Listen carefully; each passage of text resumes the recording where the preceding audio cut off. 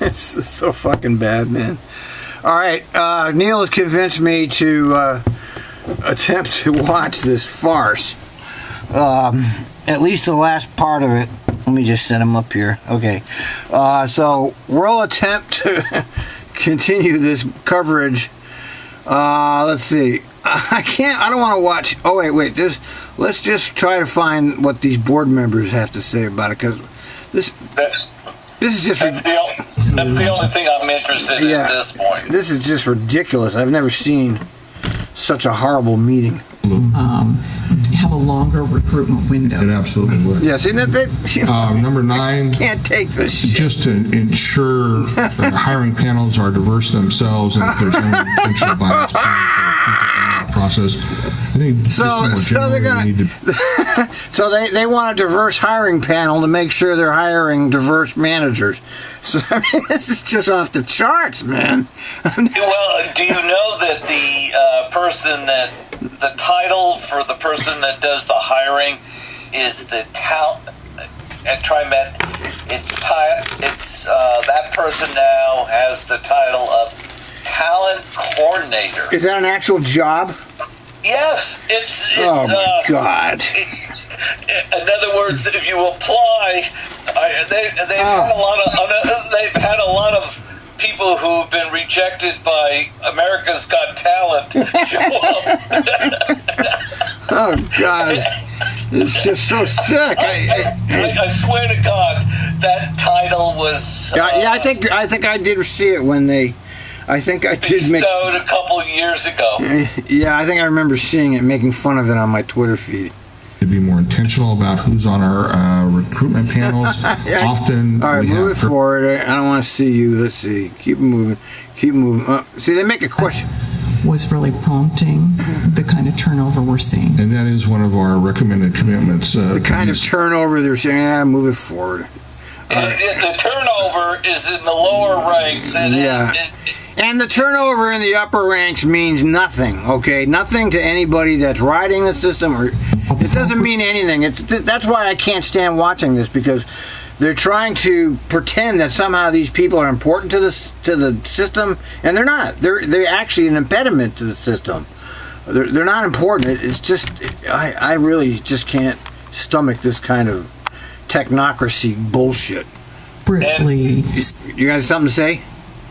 And most of the people who have left, especially the ones on their own accord, have found that the directives coming down from the top are so, and oversight of them is that. Yeah, there's managers tripping over managers. It's just. Yeah, I mean, you just listen to the dispatch sometime, and you can hear what chaos is going on there, and how the service quality itself has not been affected by any of these managers. Okay, there's been no change perceptibly to the transit system whatsoever. I still don't think they even have enough drivers yet. I mean, unless they can solve that. What's the point of doing anything? You know what I mean? There's no point in doing anything until you can actually find people to operate your equipment. What's the rest of this about? What did you calculate in the last 3 years? They've added over 40 managers. Yeah. 40. Yeah. Yes. It's just they're just adding these jobs because they can add the jobs. It's just absurd what's going on here. Some of the operational areas, and I think that some of this is evident in terms of some of the things that we want to do. We've made some progress, but we still need to focus on understaffing. My concern also is in safety and security. Is another area. Finance is another area. Yeah, you saw that. You made the same comment about the new safety director that I did. It's they trade one incompetent for another, Jesus. And we lady, I give you a clue of how to ensure your safety. Yeah, here's a whole gang running on to BART, and there's no security or safety anywhere to be seen anywhere. I mean, that's how great the BART security is. It's kind of like Trimet. By the way, on that Bart film, which those who haven't watched it, you'll see a gang of 40 teenagers jump the turnstiles, Yeah. overwhelm the station agent, who's in a... In a Well, at least I thought they were going to attack her because she had the door open there. So I'm like, oh no, Right. they're not going to go. I was afraid that they were going to come in and bash her head. I mean, you have this whole flash mob. The lady who wrote that piece, I emailed and asked the following question, because one of the comments was, why did you finally release it? And this was April. Right. The reason it was released just now, due to a Freedom of Information Act and lawsuit. I see. So they had to pry it out of their hands. They had to pry it out of Bart's hands. Right. They wouldn't let it. Yeah. See this. They didn't want it out. And that is what I'm always railing about with these public transportation industrial complexes. How they operate like this. They lie. They cheat. They don't give you the information. They're as bad as any other unit of government in terms of their all they care about is their own management, and everything else can just go to hell. You know, it's the same everywhere. If we and so the guy who got assaulted and his wife, who's suing, are the ones that they had to turn it over because they finally they're heading to court. And they had to turn over the evidence. Yeah, and Bart didn't want to. Right? They didn't want anybody to see it, and that's how Trimet operates too. They operate by fraud. They don't tell you the truth about what's happening there. You don't ever see what's really going on at Trimet. All you see is this bullshit facade that they put up, and that's what we're watching right now. Is this bullshit facade that has nothing to do with anything. And I can't even believe they can go on this long about it. And everything, obviously, that's where all of the new positions go, but we have to be able to operate the organization, and that needs a real continued review. Yeah, right. God. Yeah, that was a brilliant comment. Yes, I was waiting to give a chance to our fellow directors.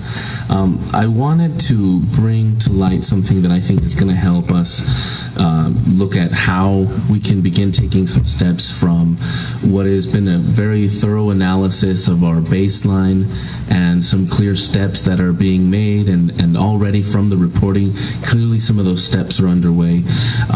In addition to recognizing that, on paper, statistically speaking, just so people know, if you don't follow, and the few people that might care that watch this guy's a former employee of CMH2 Hill. So this is one of the corporate welfare recipients of public transportation dollars.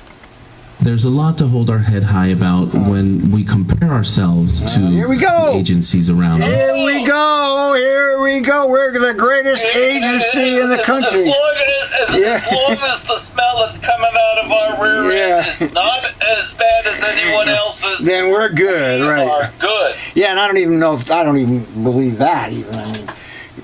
We're doing it. Oh, yeah, here it comes the self-congratulation. However, I want to make sure that we don't lose sight of really the big picture behind what we are trying to go towards when we address diversity in our workforce. Please tell us, what are you trying to go toward? Although the information and the data and setting these baselines is important to know where we are, it's not by any means the end of the story to meet our affirmative action goals. And I think some of the engagement surveys start pointing at the sort of the next step we need to look at. The moment we reach our affirmative action goals, there's still a lot of work left to be done in the retention side, in getting folks that are in the organization to really feel that diversity and inclusion is an important principle within the organization, and to really start changing the DNA, undoing the... This is what's called management making a problem where there's no problem. They kind of make it up, Well, we're gonna say that we have a diversity problem, which maybe at the very top levels, but they've had minority people in the top levels, so I don't even know if that's true. This is kind of a thing where okay, we're gonna make this pronouncement, and then we're gonna go to all this trouble to show the public this, and it doesn't really mean anything. It doesn't even exist in reality. Well, the one word that you never hear throughout this whole meeting is competence. Right, that's right. Not once, not even once. Yeah, we have been listening to this. That word has not. Yeah, we've been listening to 2 hours of this, and it has not come up once. And it just goes on and on and on. The biases that are very... It's just... It's just go. He could be quoting from the report itself.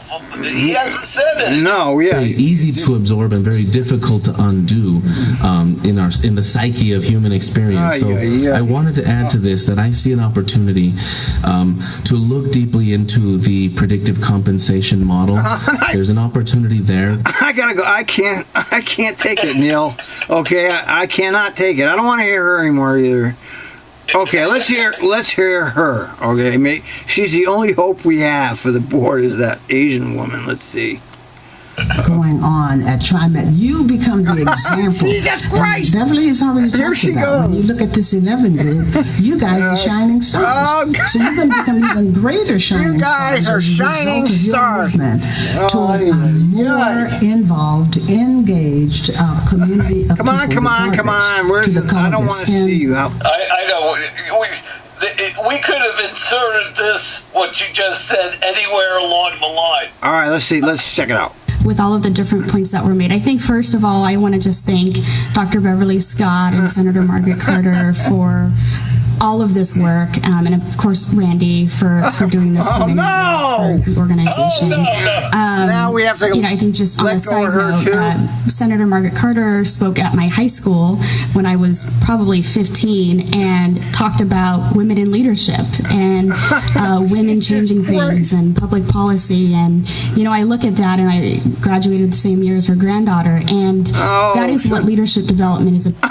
I can't listen. This is a slide that I think, taking a look at my own identity, taking a look at not just the worker, but... This is so insulting on so many levels. We're not, they're worried about their little identities and their little management job, and there's no discussion about transit here. It's about their world. It's all about them. It's nothing to do with transit. And one of the things that I'm sure that that anyone who's using the system is when they get on, boy, I sure hope the manager that oversees this bus driver is being compensated. Right. Well, just follow the Twitter. I mean, it has no relevance to anything in reality. It's these people making up this little sub-world amongst themselves, and they're worried about their little world, which is completely disconnected from the real world. How are people's identities embraced in the culture of Trimet? I don't know. That is a huge deal. And I think one of the things that I want to address are just the folks that are sitting. I don't know, man. What do you? I saw people trying to get through their fucking shift. Black, white, Asian, whoever it was. All I never saw any kind of racial problem there. Did you? I mean, everybody's just trying to get through that job. That job of... anyone who I ever saw in a management job, no matter what his background, his color of his skin was, off the record, they would say, I'm just trying to get through here. I'm trying to get through the day because the directives that are coming down are horrendous. Yeah, I do remember a couple of station managers not being happy with what they were doing when it came to my predicament, but they followed their orders.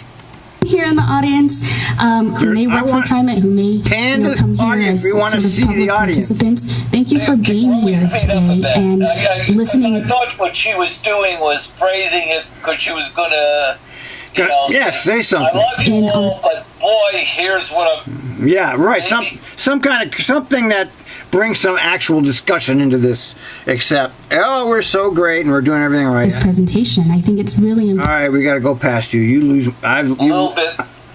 Oh, what about Kelsey? If you don't have a business plan, let alone someone that's a $1.4 billion business, which we are. So that in itself to me is cultural. So the business plan is part of our cultural journey, of which is a vehicle for conversations. All right. Like Okay. this. So he's saying we do need to share the pork with some of the other minorities or what. Okay, that's valid. We'll give them that. Okay. If you're going to have this pork, you do have to share it equally, right? I mean, they're already as diverse as hell at the driver levels and at the union level.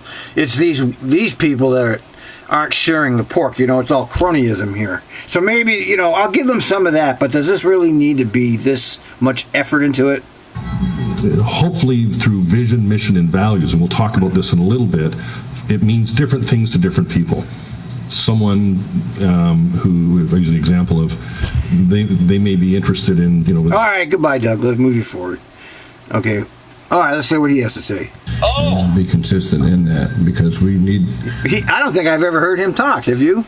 Your eyes looking... Yeah, when he first got on. Okay, he did say something, yeah. And what we're doing, this is the first time he's shown up in about 3 months. We're doing how we're progressing, and are we going down the right track? I think that is critical.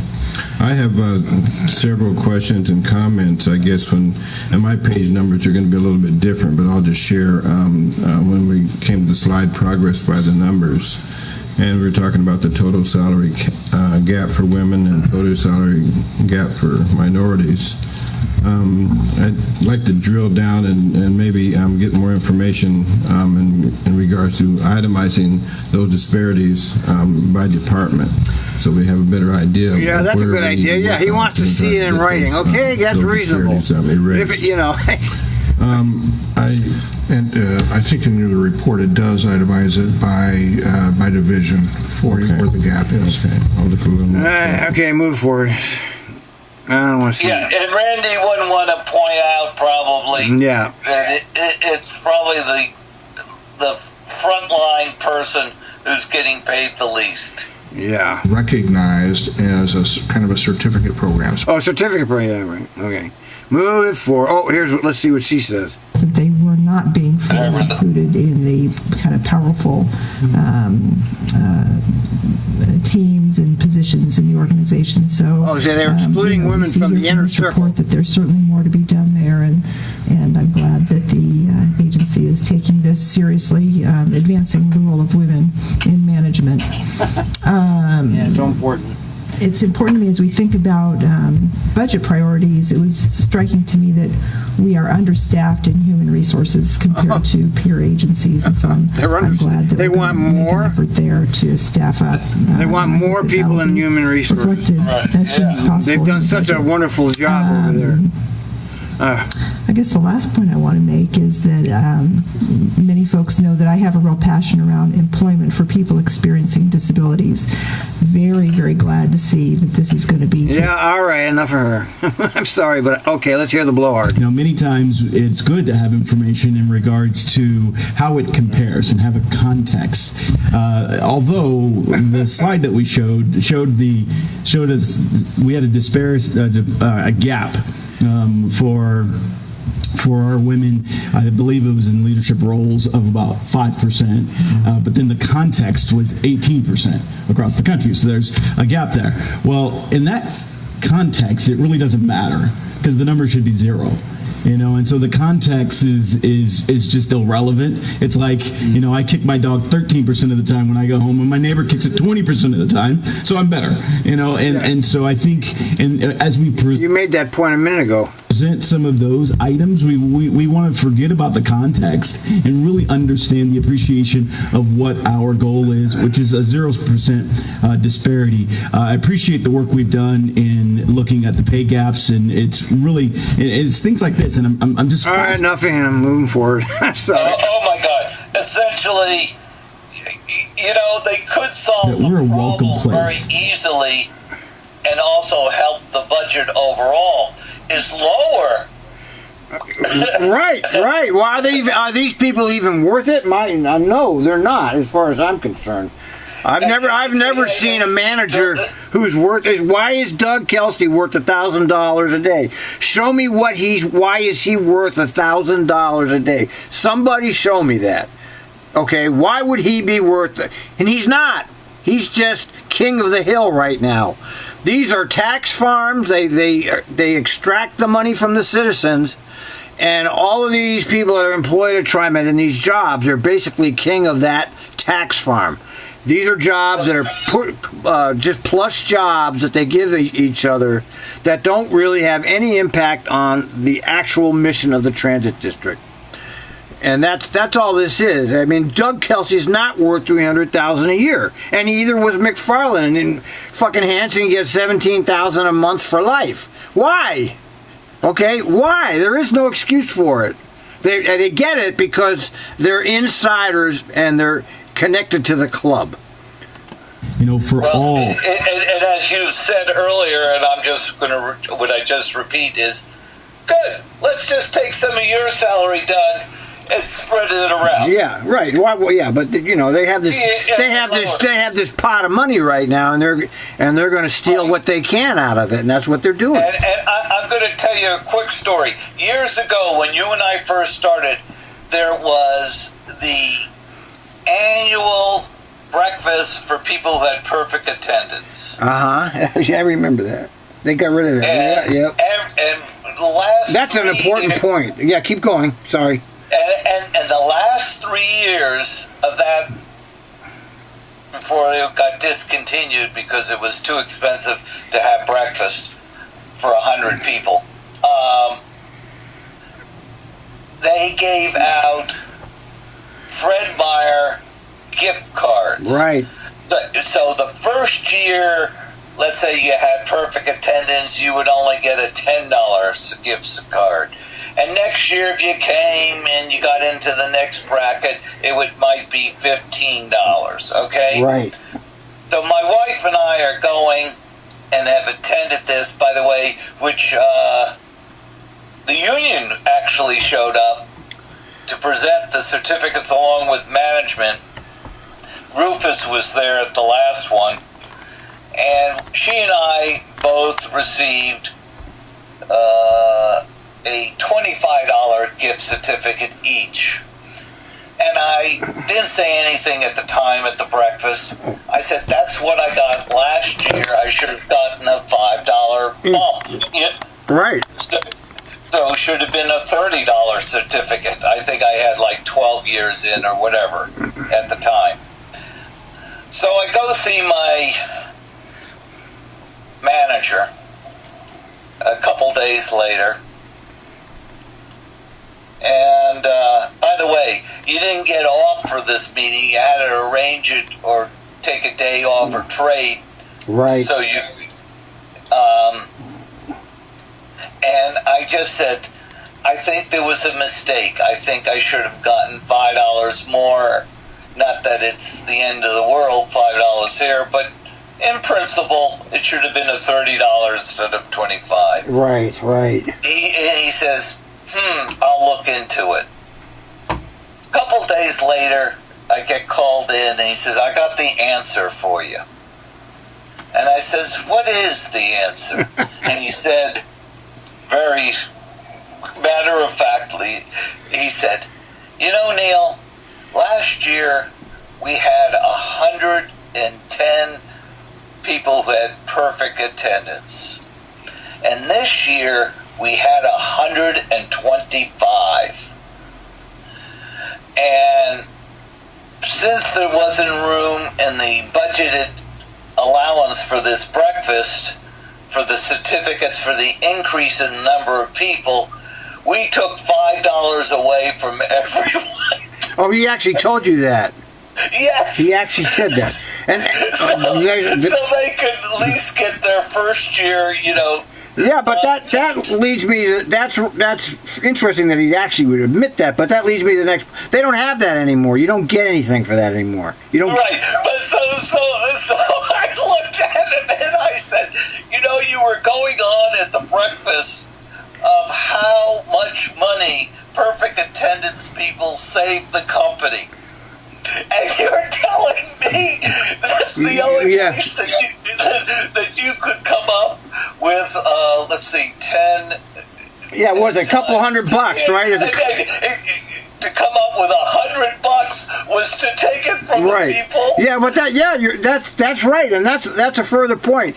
as they've been increasing their own. I mean, they're talking about equity, but if you look at the progression of all of the management jobs, they've gone up and up and up and up and up. I don't care who you are. Meanwhile, the operators have gone down and down and down. They took away all the incentive things for drivers. They took away the banquet. They don't give you shit anymore. Now, if you had perfect attendance, you got a gift certificate.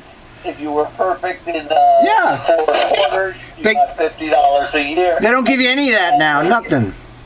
And they stress how important safety is, and they're still members of the National Safety Board.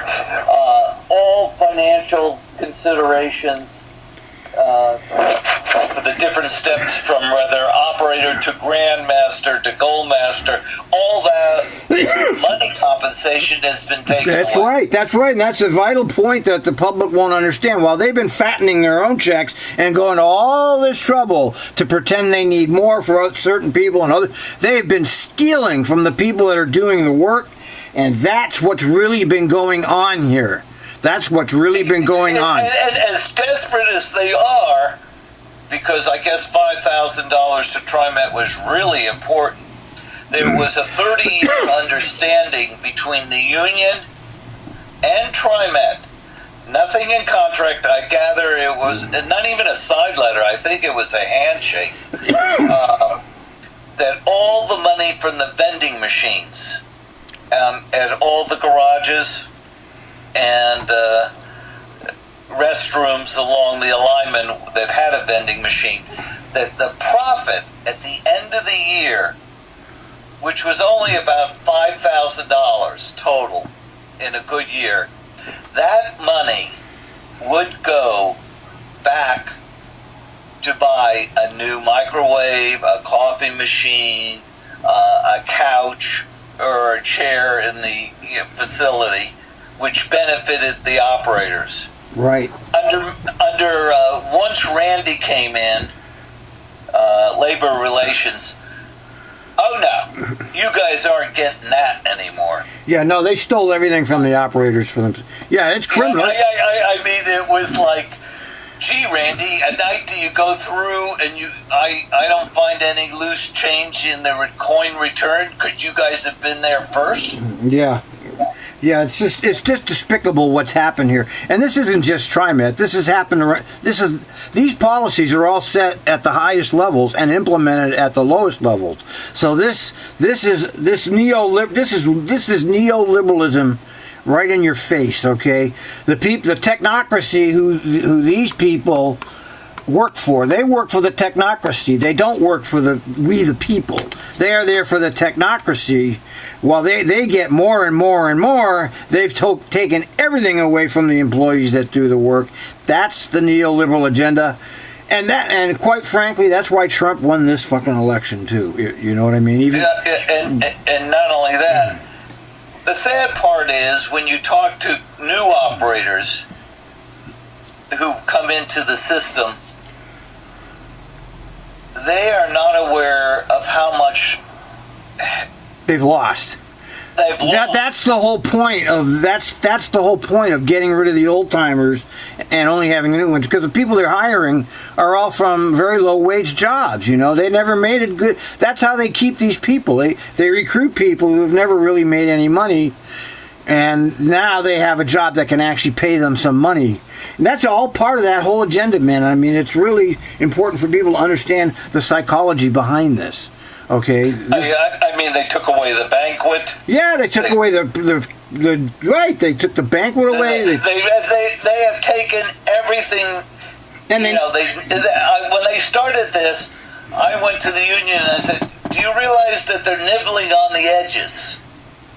Because once they get the taste of this and realize no one is saying anything or doing anything about it, watch this.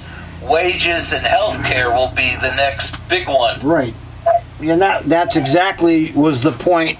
People don't realize that the Great Recession, that so-called only hit the people that were small. Okay, it didn't hit all of the people that work for Trimet at the executive level. They never lost a thing at the so-called Great Recession. But they used that as an excuse to steal from the public and steal from the employees. And they never gave it back. Just like when gas prices went way up, they increased the fares, and then gas prices went way down. They never decreased the fare, but they used that as their excuse. Well, gas price. Remember when it was $3, $4 a gallon?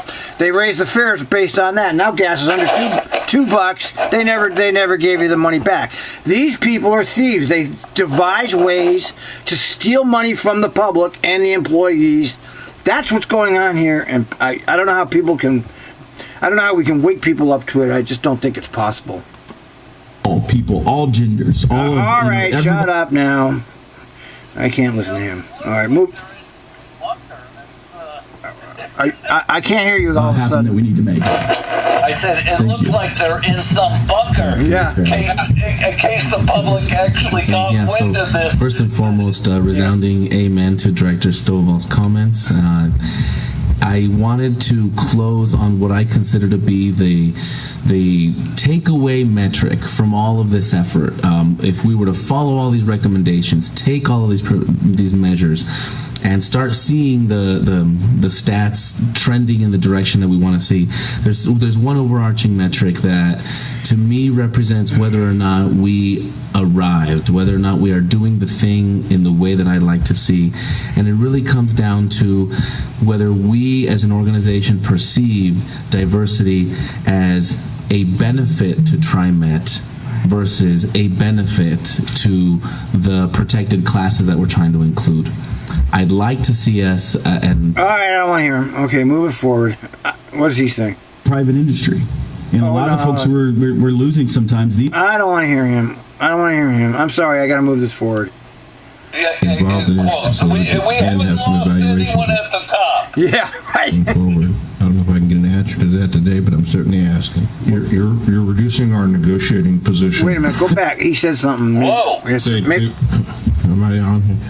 I just want to say too, thank you, Randy. I really appreciate it because I know you have a job to do, but I think you immersed yourself into this more than above and beyond what your job actually called for.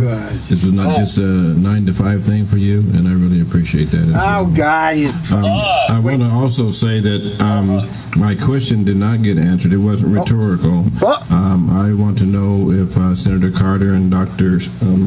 Scott are going to continue to do this. This is a continuation, in my opinion, not a beginning, not an end, but a continuation of what Trimet is about in this area, and I would hope that they will continue to be. All right, fuck you. Go away. They'll continue. Yeah, just keep paying them. Yeah, right. Especially Bev Scott. All right, now what happens? Okay, so what happened? I mean, there's a whole nother. Is there? What happened? I don't know. I'm not sure if it. Wait. This work gives us some of the improvement areas and areas that we need to work on to really do that. And I guess I want to not forget that that outreach, that inclusion, the dialogue with the communities of color and all the other various communities out there, that I think I heard and others heard, that this just reinforces, I think what you were saying, Senator Carter, is that we need to not keep our best kept secrets to ourselves. We need to have a dialogue and be out there and talk with our community about what we're doing. We are armed with some information now, and we also need to admit to where we need to improve. And I like Director Way. I just had an ouch when I saw those, the commitment to cultural diversity numbers that we saw there. That says to me we've got some work to do. And I'm hoping that Director Edwards, as we move forward in the future and take another look at where we are a year from now, or wherever that timeline is, that number hopefully this is the end, because it does have to be part of the DNA. Shut up! I can't take it. Move it forward. What happened? Did it end? You would think that they were really on a quest here to hear what's going on, and yet you watch the board. Supposed to be in our break. It is a stark contrast of oh, that's the public. Who needs to listen to them and their whining testimony that does not go along with our thinking? Yeah, okay. How about we take like a 10-minute break, and then maybe Doug and I can talk about how we might want to be able to make sure we can get out of here in a timely manner. Yeah, even he wants to get the hell out of there. Okay, he's had enough of. So let's just get to. We're almost to the end. Yeah. Good. Hopefully, all right. Let's see. All right, we're down. Okay, we're only, according to this, is. Oh no, it's an hour and 10 minutes left. I'll get out of here. I know there's a degree of well-known information embedded in them, but to really get to just the strategic issues that are germane for the board, particularly for the next section coming up around budgeting, business plan. In the business plan portion of the third item on the agenda, I've asked Alan to take out the vision, mission, and values piece, as Bruce, you and I just discussed, and we'll put that in the November part of our board meeting that we're going to have on our follow-up strategy session to allow the board to opine on priorities and emphasis, things like we just covered off in the first item. So I think that will help us get to a closer timeline. And it will not be too late for the budget, right? Correct. All right. So that would be that's the key part of the business plan. It's all part of the scam to get more money. Okay, I'm the accordion here, and I'm Bernie Bottomley. Just as Bernie's going to comment, I'll have a few comments, perhaps not at the front end on this one, but at the back end. So I'll go quickly, but if I go too quickly, please interrupt and let me know that more information is needed. So why are we looking at an electric bus strategy? There are a lot of at least we're done state and local policies that we're responding to, as well as just the fundamental question of global warming. As some of you may know, this is also a national strategy. You see it in all kinds of It's a national strategy. Right. And while you and I were there, remember those natural gas buses? Yes. They were touted as the solution of the time. Right. which turned out to be junk. An absolute maintenance nightmare. Right. As well as a real safety issue, especially when you were, I remember crossing the Max tracks up near Lloyd Center. That light turn, you put your foot to the accelerator, and you were going, oh my God, this thing is not moving. It was like a snail. At the time you were moving, you found yourself in the middle of the intersection, and here was coming a train at you. Right. And then we went with the biodiesel phase. Oh, yeah, remember that one? Yep. Yeah, and whatever happened to that? That's a good question. Yeah. I mean, they just spent a bunch of money on it and went on to the next failure. It wasn't the money. I want to know how much we spent on bumper stickers touting that it was running on biodiesel. And, can we sell the ones that are not been used as antiques? And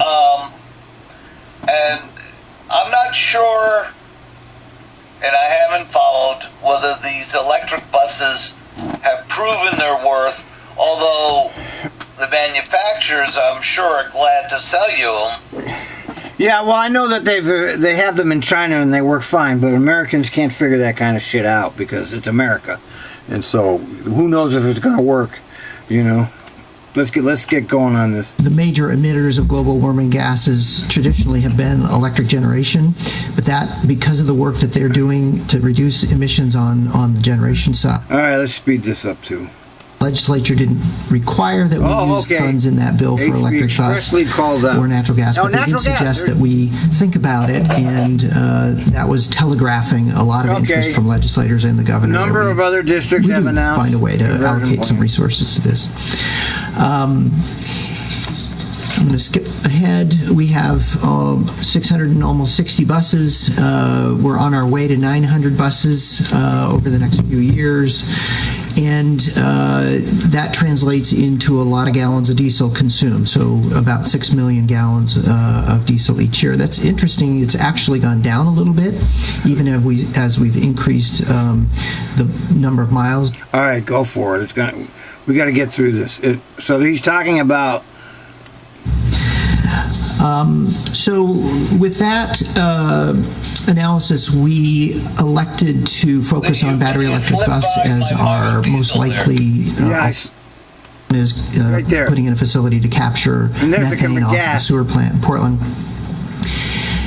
We need more work and more sort of both technical and political understanding about how to view renewable natural gas. And some that's going to it's going to require a few consultants, a couple 100,000 review it. Cases it's viewed as a positive in terms of. Okay, he's going to go through all of this. So I'm getting sick of listening. Electric, if we were on. There are about 400,000 battery electric buses in operation. 99% are located in China. There you go. And 100% of those are manufactured by BYD, which is China. Well, how come they got it fixed over there? Of the government in China. And so there's very little data on exactly how they're working because. What do you mean there's very little data? Just go over to China and ask them. Okay, what do you mean there's very little data? 400,000 of these things are in service. He's telling me there's very little data. I'm looking right at it. It says 400,000 of them are in service, and they're in China. We'll go to China and find out. Get on a plane and find out. Use the internet. Send them an email. Because, of course, the government there says they're working great, but you don't always know if that's true. Within the U.S., there are about 38 properties that have some experience with battery electric buses, but most of them are test fleets, 2s, 3s, 4s. Sort of like Trimet, we're going to have 5 on property. Most of them are purchased with federal grant funds. So there's not a huge amount of experience in operating battery electric buses, but the expectation is that the innovation in the development of battery electric buses will follow the same curve that we've experienced with cars. So they'll get better over time as we have economies of scale. This graph just shows that the population of traditional diesel buses is remaining fairly flat, and most of the growth in the industry is coming in the hybrid electric or alternative fuel, which is mostly battery electric. And in fact, battery electric is the fastest growing segment of the industry by many orders of magnitude. So just quickly,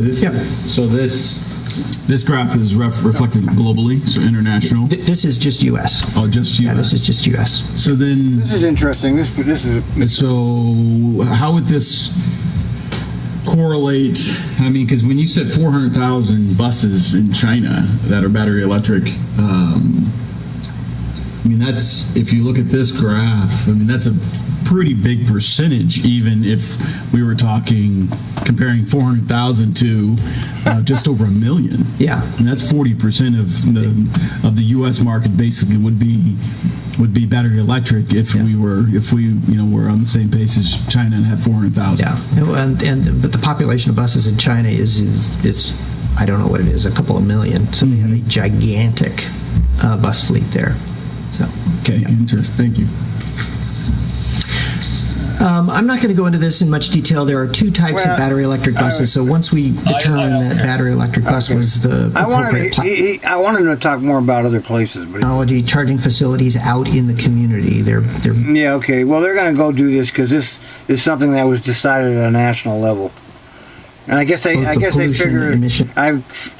figure they can get people to maybe pay for this or something. Is that because I know when they're proposing this money for these 5 buses they were getting isn't because Trimet's got more money. They got a grant for the damn things. Right. But I think they want more money. I think what's happening here is this is going to be part of their bond thing. Okay. They're going to hit us with $3, $4, $5 billion. They're going to want. I think that's what this is. This is going to be part of the bond. They're trying to figure out ways to get people to say yes. So they have to put as much as possible in there to make it appealing to people, so they can pull the wool over their eyes. So that's what I think is going on here. I think it's their right. I guarantee they've already started saying the night owl service. They're going to say the Southwest Quarter, and now it's going to be Now it's going to be electric buses. They're adding more things in there because the more money they get, the better. Then the more they can get, the more they can get out of your pocket. They don't really care what you give them money for, as long as you give them money. Anybody that thinks any of this shit is for you, the person, the people, you're really deluded. None of this is for you. Okay, none of these things they're talking about is for the citizen, including this. Of course, their packaging is going to save the atmosphere or something. Of course, it's going to really have very little dent. I support it, but I don't know if I would pay for it. I wouldn't. Right, you would support it at what cost? Yeah, right. I'm not giving you. I'm not opening my wallet. Yeah. At the end. I'm not. By the way, there was an interesting article in the current. Two things in the current Tribune in town here, that there was a projected 9% loss in manufacturing jobs in Oregon, which would then be a decrease in workers. And I thought employment was good here. Well, the employment's good, but they're projecting over time that the manufacturing jobs, living wage jobs, are going to be going. Yeah, it's service industry stuff, yeah. Right, and so it does eventually affect tax revenue, but they still have so much money with this 2017 bill that they would not, it probably not even going to be a flip on their... Right, yeah, right. Well, they're talking 500 million. They're going to want 500 million. They've already put the number out, so they're going to add that to this. Okay, and they're packaging their propaganda right as we watch this. Emission. That's what it is. It's packaging for propaganda.